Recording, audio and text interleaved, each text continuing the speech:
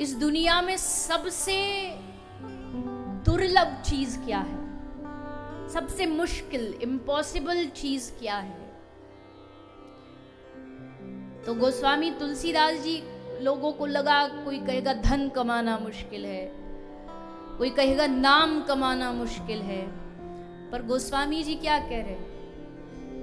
गोस्वामी जी ने लिखा है, संत समागम हरि कथा तुलसी दुर्लभ दोए। गोस्वामी जी के नजरिए से, उनकी दृष्टि से देखो तो दो चीज बड़ी दुर्लभ है। कौन कौन सी? पहली, संत समागम, संतों का मिलन, संतों का दर्शन, संतों से बातें, उनसे वार्तालाप। और दूसरा, हरि कथा। संत समागम हरि कथा तुलसी दुर्लभ दोए, सुत दारा और लक्ष्मी तो पापी के भी हो। सुत माने बेटा, दारा माने पत्नी, और लक्ष्मी माने धन। सुत, दारा और लक्ष्मी, अगर धन ही भगवान की कृपा होती तो एक पापी के घर भी मिल जाएगा। देख रहे हैं बहुत पाप कर रहा, गलत तरीके से कमाई कर रहा, फिर भी देखो बंगला है, गाड़ी है, ऊंचा मकान है, बढ़िया पत्नी है, बीवी बच्चे, फल फूल रहा है। तो गोस्वामी जी कह रहे ये तो पापी को भी मिल सकता है, ये कोई बड़ी बात नहीं है। सुत, दारा और लक्ष्मी तो पापी के भी हो, पर संत समागम, ये दो चीज गोस्वामी जी की दृष्टि में बड़े दुर्लभ है। ये हरि कृपा के बगैर संभव नहीं है। तुलसी पूरब जन्म ते हरि चर्चा न सुहाए, के सोवे के लड़ भिरे के घर को चलो जाए। गोस्वामी जी कहते हैं अगर आपको कथा सुनने में रुचि नहीं आ रही, अच्छा नहीं लग रहा, इंटरेस्ट नहीं आ रहा, बोर हो रहे हो, तो इसका मतलब है पूर्व जन्म के जो थोड़े बहुत पाप कर्म है वो हावी हो रहे हैं। तुलसी पूरब जन्म दे हरि चर्चा न सुहाए, कै सोवे, या तो कथा में नींद आ जाएगी, और अगर नींद नहीं आई, कै सोवे के लड़ भिरे, या फिर आपस में किसी से आसपास लड़ भिड़ लेंगे, और वो भी नहीं हुआ तो घर को चलो जाए। बोले मजा नहीं आ रहा कथा में, ये व्यास जी अच्छी नहीं बोलते कथा, चलो उठो, के घर को चलो जाए। लेकिन अगर कथा में बैठे भी हैं, मन भी लग रहा है, कथा सुनने का चाव भी है, रुचि भी है, आ भी गए हो, और यहाँ कथा में बोर नहीं बल्कि विभोर होके कथा सुन रहे हो, तो इसका मतलब श्री ठाकुर जी की आप पर अब कृपा बरस रही है, अब कृपा हो रही है। तो ये बड़ी सौभाग्य का विषय है कि हम सबको ये 7 दिन का मौका मिला है, अवसर मिला है। इन 7 दिन में बड़े आनंद के साथ, बड़े विभोर होकर के आप सब कथा को श्रवण करो। मुझे आशा है कि आने वाले 7 दिन आपको सुनने में रुचि आएगी और मुझे कहने में रुचि आएगी, क्योंकि पूत के पांव पालने में दिख जाते, कहावत है हिंदी में। तो इसका भावार्थ ये कि कल जब हम आए, यजमान जी मिलने आए, तो अब हर जगह जाते हैं सब अपना अपना भाव रुचि बताते हैं। जैसे आप मिठाई वाले के पास जाओगे तो आपको बताना पड़ेगा कि जी हमको जलेबी ज़्यादा पसंद है, कि हमको रसगुल्ला ज़्यादा पसंद है।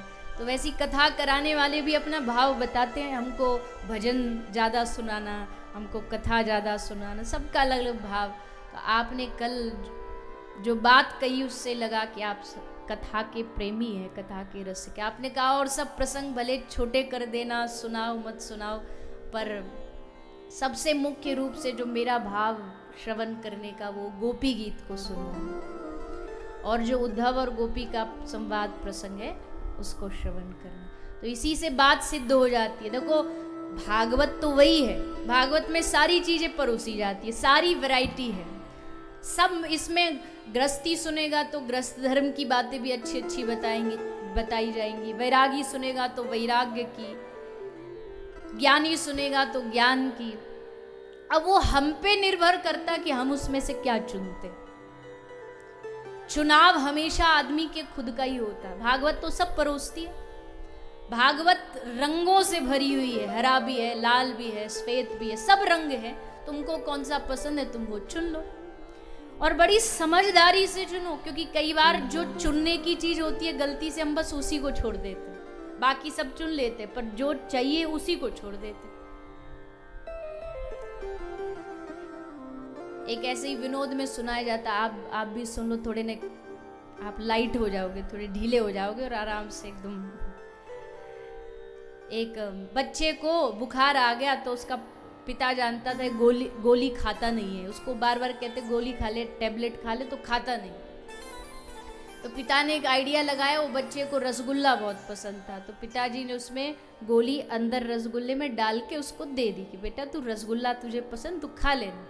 हाँ मैं खा लूँगा, क्योंकि पिताजी चले गए, शाम को ऑफिस से आए तो पूछा बेटा रसगुल्ला खाया? हाँ पिताजी खाया। कैसा लगा? बहुत बढ़िया, बहुत टेस्टी, बड़ा रसदार था, बड़ा रस भरा था। पर पता नहीं पहली बार ऐसा रसगुल्ला खाया, उस रसगुल्ले में पता नहीं कहाँ से गुठली भी आ गई, सो मैंने फेंक दी और रसगुल्ला खा लिया। पिताजी बोले राम राम राम, जिसके लिए पूरी प्रपंच हमने रचा सोई तुमने फेंक दिया और बस रसगुल्ला रसगुल्ला खा लिए, तो बीमारी कहाँ से ठीक होगी, रोग कहाँ से ठीक होगा। ठीक वैसे ही भागवत जी का जो मूल है उसको नहीं पकड़े हुए बाहर बाहर से हाँ हंसे नाचे गाए और बात खत्म, तो उससे काम नहीं बनेगा। भागवत का जो मूल है भगवन नाम, उसको हमें पकड़ना पड़ेगा। तो वो नाम कैसे पकड़े, क्या उससे हो सकता है, क्यों करना चाहिए, 7 दिन है हमारे पास, उसकी चर्चा करेंगे। हमारे हृदय में कृष्ण नाम, राम नाम, श्री राधा नाम बैठ जाए, ये सुन कर के प्रयास करेंगे। क्योंकि देखो पहले सबसे ज्यादा किसी भी वस्तु या व्यक्ति से अगर प्रेम करना है तो उसके बारे में सुनना जरूरी है। प्रेम हमेशा सुन के ही होता है, देख करके नहीं। देखने वाला जो प्रेम होता है वो कुछ समय का आकर्षण होता है, क्योंकि वो स्वरूप से जुड़ा होता, पर सुन करके उनके स्वभाव से प्रेम होता है।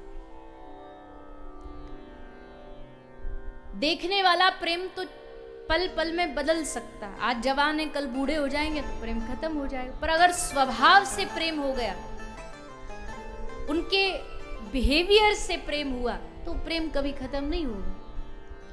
भागवत भगवान का प्रभाव नहीं बताती है, भागवत भगवान का स्वभाव बताती है। भागवत भगवान का स्वभाव का वर्णन करती है। और जब जब भी किसी को प्रेम हुआ ना, तो भगवान की कथा सुनकर के हुआ।